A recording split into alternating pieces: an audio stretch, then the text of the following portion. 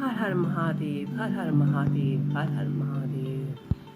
सावन का इतना पावन महीना होता है, इसमें हर कोई भगवान से जुड़े महत्तम अध्याय श्री महापुराण पढ़ता है, कथाएं सुनता है। आज शुरू करने जा रहे हैं महापुराण का 9वां अध्याय। आइए शुरू करते हैं।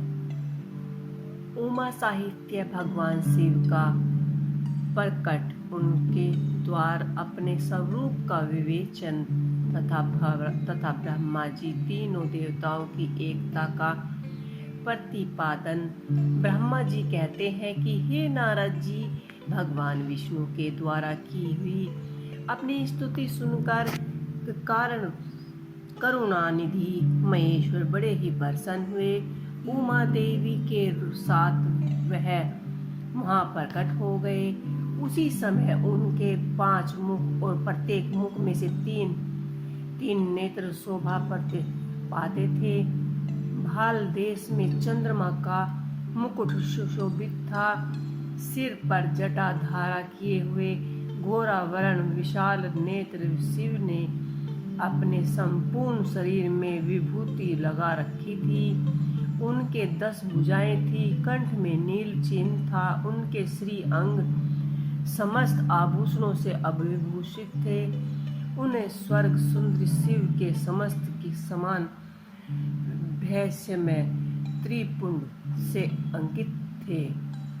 ऐसे विश्लेषण से युक्त परमेश्वर महादेव जी को भाग्यवती उमा के साथ उपस्थित देख मैंने और भगवान विष्णु ने पुण्य प्रिय वचनों द्वारा उनकी स्तुति की तथा पापहारी करुणाकारी भगवान महेश्वर ने प्रसन्नचिन्न होकर उन्हें श्री विष्णु देव की को श्राप रूप से वेद का उपदेश दिया। उसके बाद शिव ने परमात्मा श्री हरि को गुहा ज्ञान प्रदान किया। फिर उन परमात्मा ने कृपा करके मुझ पर भी वह ज्ञान दिया। वेद का ज्ञान प्राप्त करके कृतार्थ हुआ भगवान विष्णु ने मेरे साथ हाथ जोड़ महेश्वर को नमस्कार करके पुनः उन्हें उनकी पूजन की विधि बतलाने तथा शुद्ध उपदेश देने के लिए प्रार्थना की। यह बात सुनकर अत्यंत प्रसन्न हुए। कृपया विधान भगवान शिव ने प्रीतिपूर्वक यह बात कही कि श्री शिव बोले कि सूर श्रेष्ठ गण में तुम दोनों की भांति से ही निश्चय ही बहुत ही प्रसन्न हूँ। तुम लोग मुझे महादेव की ओर देखो। तुम में से तुम्हें मेरा स्वरूप जैसे दिखाई देता है, वैसा ही रूप का प्रत्येक पूर्वक पूजन चिन्ह करना चाहिए। तुम दोनों महाबली हो और मेरे स्वरूप भूत प्रकृति से प्रकट हुए हो। मुझे सर्वेश्वरी के दाएं बाएं अंगों में से तुम्हारा अविभाव्य हुआ है। पितामह ब्रह्मा मेरे दाहिने भाग से उत्पन्न हुए हैं और विष्णु परमात्मा के वाप पार्श्व से प्रकट हुए हैं। मैं तुम दोनों पर ही भली प्रति प्रसन्न हूँ और तुम्हें मन विच्छित वर देता हूँ। मेरे ज्ञान से तुम दोनों की बहुत मुझ में सुदृढ़ भक्ति हो। ब्राह्मण, तुम मेरे अज्ञान का पालन करते हुए जगत की सृष्टि करो और विष्णु तुम इस चर अचर जगत का पालन करो।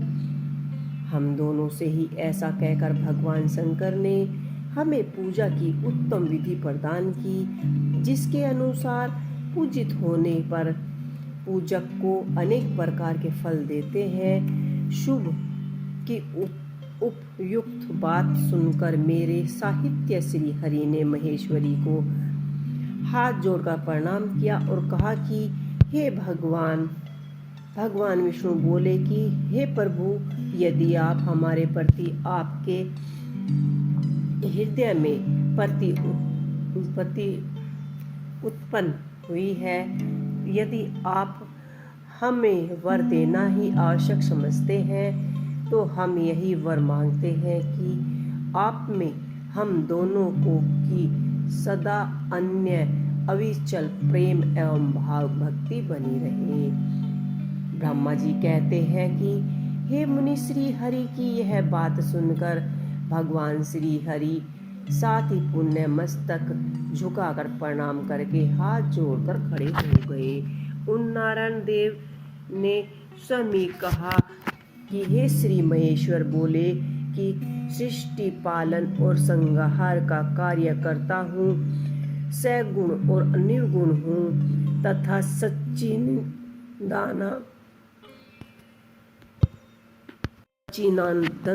हूँ और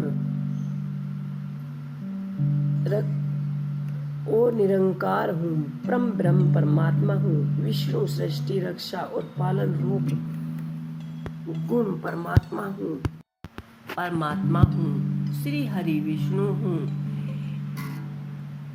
सच्चिदानंद हूँ, सच्चिदानंद हूँ, सब रूप हो निर्विकार हूँ, परम ब्रह्मा परमात्मा हूँ, विष्णु सृष्टि रक्षा और प्रलय रूप गुण अथवा कार्य के भेदों से ही मैं ही ब्रह्म विष्णु और रुद्र नाम धारण करके तीनों रूपों का विभक्त हुआ हूँ। हरे वास्तव में मेरा सदा निष्काल हूँ। विश्व तुमने और ब्रह्मा ने मेरे अवतार से निर्वित जो स्तुति की है, तुम्हारी उस प्रार्थना को मैं अवश्य ही सच ही करूँगा, क्योंकि मैं भक्ति वात्सल्य हूँ। मेरा ऐसा ही परम उत्कृष्ट रूप तुम्हारे शरीर से इस लोक में प्रकट होता होगा, जो नाम से जाना जाएगा, जो रुद्र नाम कहलाएगा। मेरे लोक में प्रकट होगा जो रुद्र नाम कहलाएगा, और समस्त सामर्थ मुझ से कम नहीं होगा। जो मैं हूँ वही वह रुद्र है। पूजा की विधि विधान की दृष्टि से ही मुझ पर और मुझ में कोई अंतर नहीं है। जैसे ही ज्योति व जल आदि के साथ संपर्क होने पर भी उसमें स्पर्श दोष नहीं लगता, उसी प्रकार मुझ निर्गुण परमात्मा को भी किसी के सहयोग से बंधना नहीं प्राप्त होता। यह मेरे शिव रूप है। जब रुद्र प्रकट होंगे तब भी शिव ही चले होंगे। महामुनि उन्हें और शिव का परायणपान का भेद नहीं करना चाहिए। वास्तव में एक ही रूप सब जगत में व्यवहार निर्वाह के लिए दो रूपों में विभक्त हो गया है। शिव और रुद्र में कभी भेद बुद्धि नहीं करनी चाहिए। वास्तव में सारी दृश्य ही मेरा विचार से शिव रूप है। ब्रह्मा हरि और जो यह रुद्र प्रकट होंगे वह ही सब के सब एक रूप है, इनमें भेद नहीं है। भेद मानने पर अवश्य ही बंधन होगा तथा यथावत मेरी शिव रूप ही सनातक है। यही सदा सब रूपों का मूलभूत कहा गया है। यह सत्य ज्ञान और एवं अंत ब्रह्म है। ऐसा अजानकर श्रद्धा मन से मेरी यथायथ स्वरूप का दर्शन करना चाहिए। ब्रह्मा सुनो, मैं तुम्हें एक गोपनीय बात बता रहा हूँ। मैं स्वयं ब्रह्मा जी की घूंट की से प्रकट होगा। गुणों में भी मेरा प्राकट्य कहा गया है। जैसे कि लोगों ने कहा है कि तमाशा प्रकृति के हैं, वास्तविक में उस रूप में अहंकार का वर्णन हुआ है। उस अहंकार को केवल तमाश ही नहीं, वैकारिक वास्तविक भी समझना चाहिए, क्योंकि वास्तविक देवगण वारिक अहंकार के ही सृष्टि है। यह तमाश और वास्तविक आदि भेद केवल नाम मात्र है, वस्तु नहीं है। वास्तविक में हार को तमाश नहीं कहा जा सकता। ब्राह्मण, इस कारण से ही तुम्हें ऐसा करना चाहिए। तुम तो इस सृष्टि के निर्माता बनो और श्री हरि इन पर पालन करें तथा मेरे अंश से प्रकट होने वाले जो रुद्र हैं इसका पालन करने वाले होंगे। यह जो उमा नाम से विख्यात परमेश्वरी प्राकृति देवी है, इनकी शक्ति भूत वाग्देव ब्रह्मा जी का सेवन करेगी। प्राकृति देवी से वहाँ जो दूसरी शक्ति प्रकट हुई होगी वह लक्ष्मी रूप से भगवान विष्णु का आश्रय लेगी। तद अंतर पुण्य काली नाम से जो तीसरी शक्ति प्रकट होगी वह निश्चय ही मेरे अंशभूत रुद्रदेव की प्राप्ति होगी। वह कार्य की सिद्धि के लिए वहाँ ज्योति रूप से प्रकट होगी। इसी प्रकार मैंने देव की शुभ स्वरूपा पर शक्ति पर परिचित दिया है। उनका कार्य क्रमांश सृष्टि पालन और संहार का संपादन ही है। सूरश्रेष्ठ से सब मेरे प्रिय प्रकृति देवी की अंशभूता है। हरे, तुम लक्ष्मी का सहारा लेकर कार्य करो। ब्रह्मा, तुम्हारी प्रकृति की अंशभूता वाग्य देवी को पाकर मेरी आज्ञा के अनुसार मन से सृष्टि कार्य का संचालन करना चाहिए और मैं अपनी प्रिय की अंशभूता काली का आश्रय ले रुद्र रूप से प्रलय संबंधी उत्तम कार्य करूँगा। तुम सब लोग अवश्य ही संपूर्ण आश्रमों में तथा उनमें से मिलने वाली अधिकार द्वारा चारों वर्णों से भरे हुए लोक की सृष्टि एवं रक्षा आदि करके सुख पाओगे। हरे, तुम ज्ञान विज्ञान से संपन्न तथा संपूर्ण लोकों से सहेष्य हो। मेरी आज्ञा पाकर जगत में सब लोगों के लिए मुक्तिदाता बनो। मेरे दर्शन होने पर जो फल प्राप्त होता है वही तुम्हारे दर्शन होने से भी होगा। मेरे यहाँ बात सत्य है तो सत्य है, उसमें संशय के लिए स्थान नहीं है। मेरे हृदय में विष्णु है और विष्णु के हृदय में मैं हूँ। जो इन दोनों में अंतर नहीं समझता वही मुझ में विशेष प्रिय है। ब्रह्मा का दाहिना अंग से प्रकट हुआ हूँ और महाप्रलयकारी विश्वात्मा रुद्र मेरे हृदय से प्रादुर्भाव्य होंगे। विष्णु में ही सृष्टि पालन और संहार करने वाला राजस आदि त्रिविधि गुणों को द्वारा ब्रह्मा विष्णु और रुद्र नाम से प्रसिद्ध होंगे।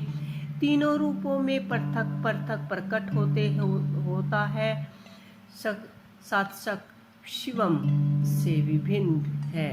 वे प्राकृति और पुरुष से भी परे हैं। अद्वितीय, नित्य, अनंत, पूर्ण एवं निर्जन पर ब्रह्मा परमात्मा है।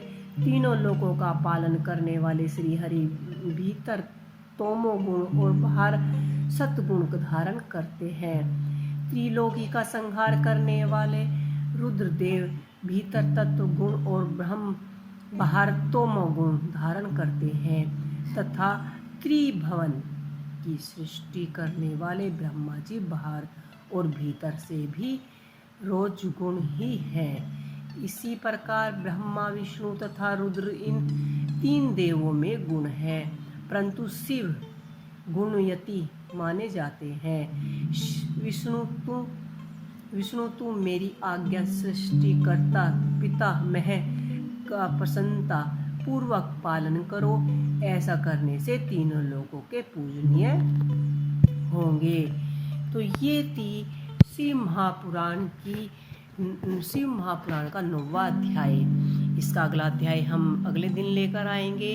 आप इसे अवश्य पढ़ें, अवश्य सुने, और अगर आपको ये अच्छा लगे तो मुझे कमेंट बॉक्स में कमेंट कर अवश्य ही बताइए। हर हर शंभू, हर हर महादेव।